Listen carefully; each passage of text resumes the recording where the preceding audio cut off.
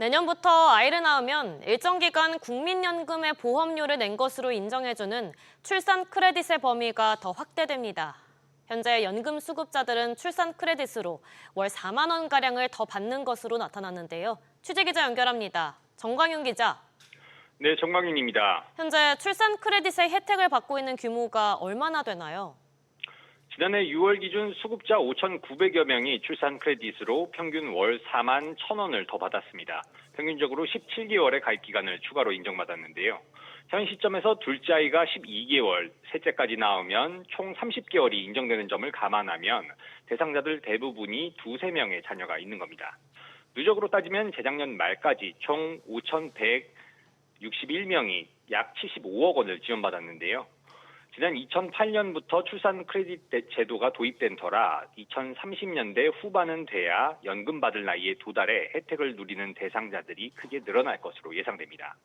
출산 크레딧은 별다른 신청 절차 없이 수급 시기가 되면 자동으로 적용됩니다.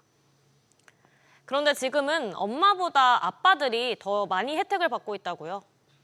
네, 지난해 6월 기준 출산 크레딧 혜택 수급자 가운데 남성이 5,815명으로 약 98%를 차지하고 여성은 132명에 그치는 것으로 집계됐습니다.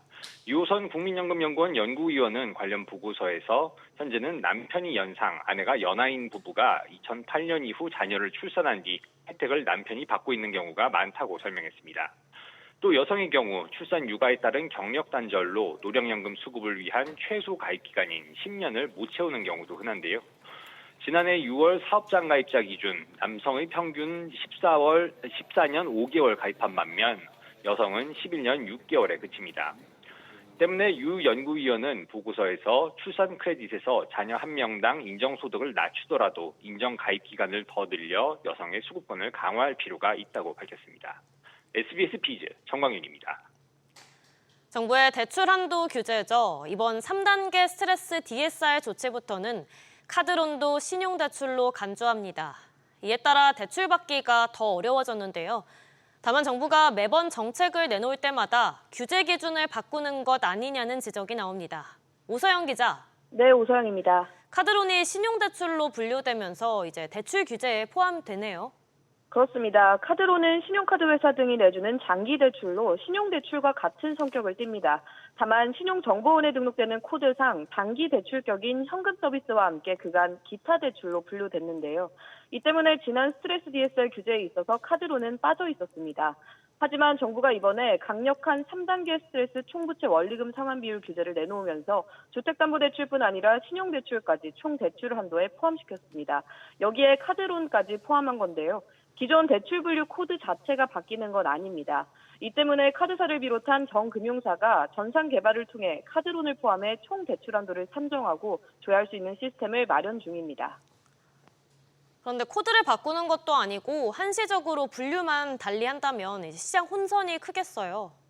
네, 업계에선 정부가 규제에 맞춰 분류 기준을 변경하면서 각종 혼란이 있다고 말하는데요.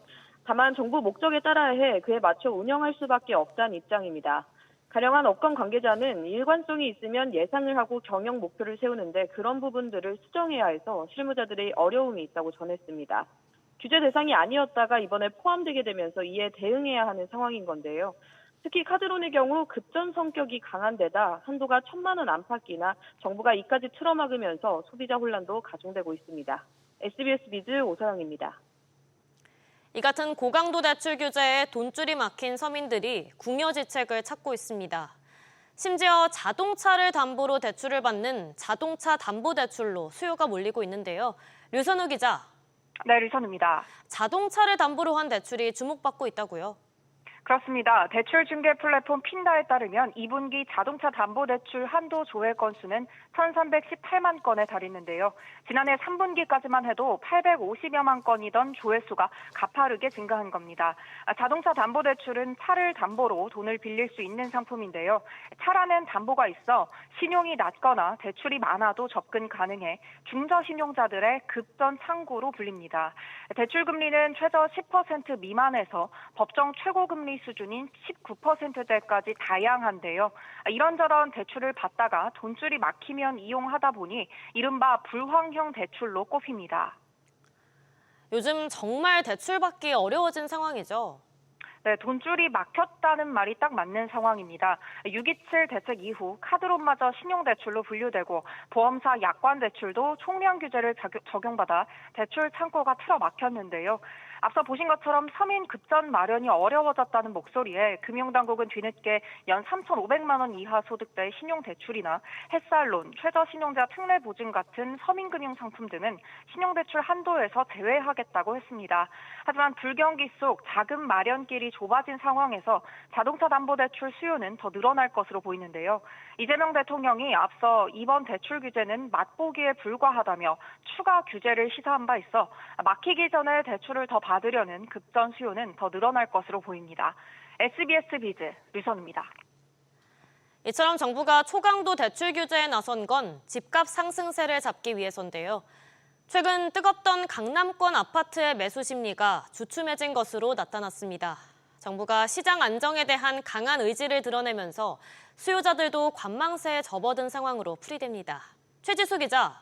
네, 최지수입니다. 강남권의 매매 수급 지수가 얼마 만에 꺾인 건가요? 네, 이번 주 강남권 아파트의 매수 심리가 8주 만에 하락 전환했습니다. 강남, 서초, 송파, 강동구가 있는 서울 동남권 아파트 매매 수급 지수는 108.8로 전주보다 2.4포인트 하락했습니다. 5월 첫째 주부터 7주 연속 상승세를 이어가 지난주엔 111.2까지 치솟았는데 한풀 꺾인 겁니다. 매매 수급 지수는 수요와 공급을 점수화한 것으로 기준선 100보다 크면 매수 수요가 매도 수요보다 더 많다는 뜻입니다. 정부가 수도권 지역 주담대 한도를 6억 원으로 제한하는 강력한 대출 규제를 발표하면서 부동산 시장 안정에 대한 강한 의지를 드러냈는데요. 대출 규제 강화로 자금 마련이 어려워진 데다 규제를 계기로 집값이 숨고르기에 들어갈 거란 전망에 수요자들이 관망세에 돌입한 것으로 보입니다. 서울 전체 아파트의 매매 수급 지수도 103.7로 10주 만에 상승세가 꺾였습니다. 그런데 또 어제 이재명 대통령이 대출 규제가 맛보기라면서 추가 수요 억제책을 시사하기도 했죠. 네, 그렇습니다. 이번 고강도 규제도 집값 상승세가 잡히지 않는다면 추가 규제가 뒤따를 수 있는데요. 마포구와 성동구 등 집값이 급등한 지역을 조정 대상 지역이나 토지거래 허가구역으로 추가 지정하는 방안이 꾸준히 거론됩니다. 또 규제 지역의 LTV를 더 강화하고 DSR 적용 대상에 전세 대출을 포함하는 방안도 테이블 위에 있는 것으로 전해졌고요. 재건축 초과이익 환수제를 본격 시행하는 방안도 거론됩니다. 한편 주택 공급 방식으로는 이미 계획된 신도시의 공급 속도를 높이고 기존 부지를 최대한 효율성 있게 활용하는 방안이 검토됩니다. SBS 비즈 최지수입니다. 경상수지가 25개월째 흑자 행진을 이어간 것으로 나타났습니다. 하지만 미국의 관세 정책의 영향으로 수출은 넉 달 만에 감소했는데요. 신다미 기자. 네, 신다입니다. 먼저 흑자 규모는 얼마였나요? 네, 한국은행이 발표한 국제수지 잠정 통계에 따르면 지난 5월 경상수지는 101억 4천만 달러 흑자로 집계됐습니다. 이는 지난 2023년 4월 이후 25개월째 흑자로 전월보다 2배 가까이 흑자 폭이 확대된 건데요. 5월 기준으로는 2021년과 2016년에 이어 세 번째로 큰 흑자 폭입니다. 미국 관세 우려에도 반도체 수출 회복과 에너지 수익 감소가 맞물리면서 상품 수지가 개선된 영향으로 풀이되는데요. 올해 들어 5월까지 누적 경상수지 흑자는 351억 1천만 달러로 지난해 같은 기간보다 80억 5천만 달러 큽니다. 이처럼 경상수지가 2년 넘게 흑자를 이어가고는 있지만 오히려 수출이 줄었다고요. 네, 수출은 반도체 등 IT 품목의 호조에도 석유 제품과 철강, 자동차 등 BIT 품목의 감소로 1년 전보다 2.8% 줄었습니다. 4개월 만에 감소세로 전환한 건데요. 한은은 품목 관세 대상인 자동차와 철강 중심으로 미국 관세 영향이 나타나고 있다며 하반기에 자동차 수출 등에서 관세 영향이 더 뚜렷해질 것이라고 말했습니다. 지역별로는 수출이 미국과 중국, 일본에서 빠르게 줄어든 반면 동남아와 유럽연합에서는 증가했습니다. 에너지 가격 하락으로 원자재 수입이 줄며 전체 수입도 7.2% 감소했습니다. 금융계정 순자산은 67억 1천만 달러 증가했는데요. 증권 투자에서는 우리 국민의 해외 투자가 채권을 중심으로 100억 9천만 달러 증가했고 외국인의 국내 투자 역시 채권 위주로 122억 7천만 달러 불어났습니다. SBS 비즈 신다입니다. 6월 임시국회 마지막 날인데도 여야 간 추가 경정 예산안 협의가 결렬되면서 여당이 추경안 단독 처리에 나설 전망입니다. 이르면 이달 중 민생회복 소비 쿠폰 지급이 시작될 것으로 보이는데요. 취재기자 연결합니다. 정보윤 기자. 네, 정보윤입니다. 결국 여야가 합의에 실패했네요. 네, 더불어민주당은 국회 예산결산특별위원회에서 여야 간 추가 경정 예산안 협의가 결렬됐다며 추경안을 단독 처리하겠다고 밝혔습니다. 오후 2시 본회의에서 국민의힘 참석 여부와 무관하게 추경안을 표결 처리하겠다는 건데요. 여야 간 최대 쟁점은 민생회복 소비 쿠폰인데 지급 대상과 국비 지원 비율을 놓고 이견을 좁히지 못했습니다. 이 밖에 대통령실 업무 추진비 증액 여부 등을 놓고도 의견 대립이 이어졌습니다. 만약 추경안이 오늘 처리되면 민생지원금 지급도 곧바로 시작이 되나요? 네, 이르면 이번 달부터 지역사랑 상품권과 민생회복 소비 쿠폰 지급이 시작될 전망입니다. 1차로 전 국민에게 15만 원을 지급한 뒤 소득 수준에 따라 10에서 35만 원씩을 추가로 지급하는데요. 이 중 선별이 필요 없는 15만 원은 이달 중 지급될 가능성이 높습니다. 정부는 곧 소비 쿠폰 지급 기준과 사용처 등을 구체화할 방침인데요. 코로나19 재난지원금 당시처럼 일부 대형마트나 유흥업소 등에선 사용이 제한될 것으로 보입니다. 한편 추경안 규모는 정부가 제출한 30조 5천억 원 규모에서 2조 원가량 늘어난 것으로 전해졌습니다. 비수도권에 3만 원, 인구 소멸 지역엔 5만 원씩 소비 쿠폰을 더 지급하는 것으로 하면서 이 비용이 6천억 원가량 추가됐습니다. SBS 비즈 정보인입니다. 이런 가운데 이재명 대통령이 주식시장 내 불공정 행위에 대해 칼을 빼들었습니다. 자본시장 선진화를 위한 첫 조치로 불법 공매도에 대한 엄정 조치를 예고했는데요. 취재기자 연결해 알아보겠습니다. 박연신 기자. 네, 박연신입니다. 이재명 대통령이 불법 공매도에 대해 어떤 조치를 예고했나요? 이재명 대통령이 어제 수석 보좌관 회의에서 불법 공매도 시 과징금을 최고 수준으로 부과해야 한다고 말했는데요. 이 대통령은 자본시장 불공정 거래에 대해 대응 속도를 높이고 시장 교란 세력에 대한 엄한 처벌이 사회적으로 공표돼야 한다며 이 같은 조치를 예고했습니다. 이를 위해 법 개정을 포함해 가능한 모든 수단을 동원하겠다고 강조하기도 했는데요. 이 대통령은 주식시장을 건전화하고 빠른 속도로 한국 증시의 가치를 증진하는 이른바 밸류업을 위한 방안이라고 덧붙였습니다. 이처럼 이 대통령이 자본시장 선진화 방안을 강조한 배경에는 부동산 투기 수요를 줄이겠다는 의지가 반영이 된 거죠? 네, 앞서 이 대통령은 자본시장에 대해 부동산을 대체할 투자처라고 여러 차례 강조해 왔는데요. 이 대통령은 우리나라 투자시장이 주택이나 부동산으로 한정되다 보니 주택이 투자와 투기 수단이 돼 주거 불안정을 초래해 왔다고 지적하며 부동산이 아닌 주식 투자가 대체 투자 수단으로 자리 잡을 수 있도록 방안을 마련하겠다고 밝힌 바 있습니다. 또 불공정 거래는 지금까지 우리나라 증시 저평가로 불리는 코리아 디스카운트의 주요 원인으로 지목돼 왔는데요. 이 때문에 이 대통령은 자본시장을 선진화하기 위한 엄격한 조치가 필요하다고 판단한 것으로 풀이됩니다. SBS 비즈 박연신입니다. 빙그레가 대리점법 위반으로 공정거래위원회의 제재를 받은 것으로 파악됐습니다. 대리점의 과도한 물량 부담을 떠안게 하려던 정황이 포착된 건데요. 취재기자 연결해 자세히 알아보겠습니다. 신채영 기자. 네, 신채원입니다. 구체적으로 어떤 내용이 문제가 됐나요? 네, 공정위에 따르면 빙그레는 중간 판매사격인 대리점들과의 위탁 판매 약정서에 초과 공급 물량이 발생할 경우 대리점이 100% 대금을 부담하도록 하는 조항을 넣었습니다. 대상 제품엔 빙그레의 대표 제품인 바나나맛 우유 등이 포함됐는데요. 마트와 슈퍼 등 소매점에서 들어온 주문 수량이 당초 예상보다 적을 경우 대리점이 책임을 져야 하는 겁니다. 이에 공정위는 대리점법상 본사가 거래상지위를 부당하게 이용해 대리점에 불이익이 되도록 거래 조건을 설정한 것으로 보고 지난 4월 말 빙그레에 경고 처분을 내렸습니다. 빙그레 측은 대리점과 체결한 별도 약정서에 일부 사문화된 조항이 오해의 여지가 있어 이를 삭제했다고 설명했습니다. 또 이와 별개로 빙그레는 최근 일감 몰아주기 의혹으로도 공정위의 조사를 받았었죠? 네, 그렇습니다. 공정위는 빙그레의 회장 일가 일감 몰아주기 혐의와 관련해 지난 4월 현장 조사에 나섰습니다. 빙그레의 자회사인 혜태 아이스크림은 브라보콘의 과자 생산업체와 포장지 납품업체를 내부 협력사에서 물류 계열사인 제때로 변경했는데요. 이 과정에서 부당하게 개입해 제때에 일감을 몰아준 의혹에 따른 겁니다. 제때는 김호연 빙그레 회장의 세 자녀가 지분 100%를 나눠 갖고 있는데요. 공정위는 관련 조사를 현재 진행하고 있습니다. SBS 비즈 신채원입니다.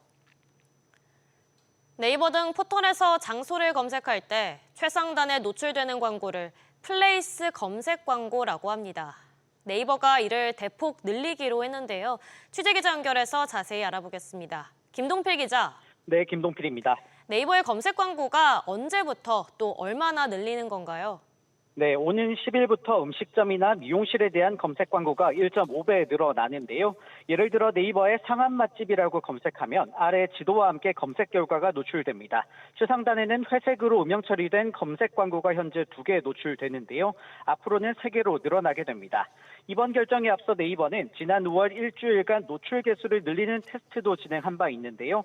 광고 확대에 따른 검색 신뢰성 하락 여부와 사용자 불편 등을 자체 분석한 결과 도입해도 된다는 평가를 한 것으로 보입니다. 광고 확대로 인한 수익성 증가로 AI 투자 재원 확보에도 도움이 될까요? 네, 네이버는 검색 광고에서 클릭 횟수에 따라 판매자로부터 광고 비용을 받고 있는데요. 검색 친밀도가 높은 음식점과 미용실의 검색 광고를 늘린 만큼 수익도 더 늘어날 것으로 보입니다. 특히 검색 광고는 네이버의 핵심 수익원이기도 한데요. 실제 네이버는 지난 1분기 서치 플랫폼에서만 1조 원이 넘는 매출을 거두면서 영업이익도 1년 전보다 15%나 불어나기도 했습니다. 이에 따라 네이버가 추진하는 소버린 AI를 위한 재원 확보도 용이하게 됐는데요. 이재명 정부도 소버린 AI를 강조하는 만큼 가속이 붙을 수 있다는 관측입니다. SBS 비즈 김동필입니다. 이재명 정부의 정부 조직 개편의 얼개가 어느 정도 잡혔습니다. 특히 금융감독원 내 소비자 보호 기능을 분리해서 이른바 소봉형 체제를 이루는 방안에 무게가 실리고 있습니다. 정동진 기자. 네, 정동진입니다. 현재 유력하게 검토되는 금감원 조직 개편 방안은 구체적으로 어떤 겁니까? 네, 여권 관계자에 따르면 금융감독원 내 소비자 보호 기능을 분리해 가칭 금융소비자보호원을 신설하는 방안이 유력합니다. 금융위원회를 금융감독위원회로 개편하고 그 아래 금감원과 금소원이 놓이는 구조가 되는 건데요. 다만 대통령 보고와 최종 결정이 남아있어 확정된 건 아니라는 설명입니다. 당초 금감위와 쌍봉형으로 금융소비자보호위원회를 신설하는 방안도 검토됐는데요. 부처급 조직을 추가 설치하는 비용과 행정기능 중복 등의 비효율을 고려해 방안을 수정한 것으로 풀이됩니다. 금소원이 소비자를 보호하기 위한 목적이라면 독립성이 중요하겠어요? 네, 금소원의 권한과 책임을 강화하는 방안까지 구상한 것으로 알려집니다. 실제로 이재명 대통령은 대선 공약집에서 금융소비자보호기구 독립성을 강화하기 위해 감독 범위를 넓히고 검사 기능을 부여하겠다고 밝힌 바 있습니다.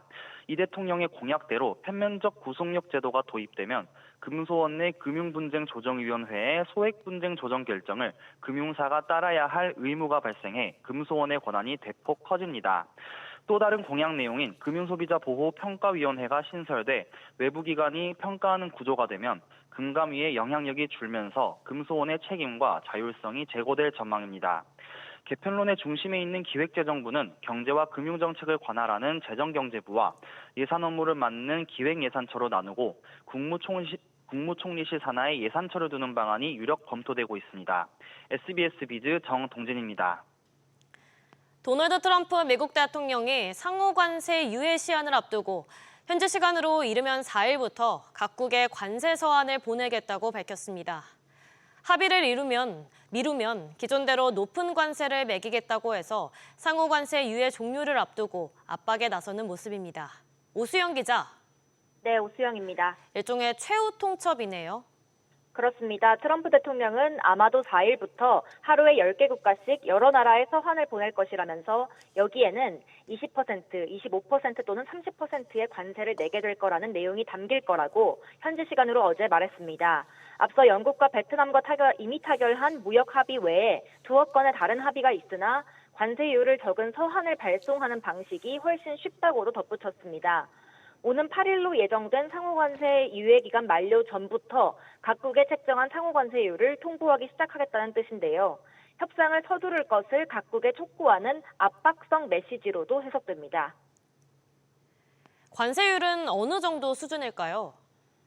네, 스콧 베센트 미 재무장관은 현지 시간으로 어제 관세 협상 유예가 종료되면 미국과 무역 합의를 아직 안 한 나라들에는 기존에 책정했던 관세율이 적용될 거라고 밝혔습니다. 그리고 약 100개국은 최저 상호 관세율인 10%를 적용받게 될 것이라고도 말했는데요. 10%는 미국이 지난 4월 발표한 국가별 상호 관세율 중에 최저치로 모든 무역 상대국에 적용하는 기본 관세율과 같은 수치입니다. 앞서 트럼프 정부는 한국을 포함한 57개 경제 주체에 대해서는 기본 관세 10%에 더해 국가별 차등 부과된 관세율이 더해진 최종 관세율을 책정했습니다. 우리나라의 경우 기본 관세 10%에 차등 관세율 15%를 더해서 총 25%의 상호 관세율이 책정됐습니다. SBS 비즈 오수영입니다. 해외 주요 투자은행들이 우리나라의 올해 실질 국내 총생산 성장률 전망치를 상향 조정했습니다. 국제금융센터에 따르면 투자은행 8곳이 제시한 한국의 올해 경제 성장률 전망치는 지난 5월 말 평균 0.8%에서 6월 말 0.9%로 0.1%포인트 높아졌습니다. 바클레이즈와 UBS 등이 전망치를 올렸는데 투자은행들이 올해 성장률 전망의 평균치를 상향한 것은 지난해 2월 이후 1년 4개월 만에 처음입니다.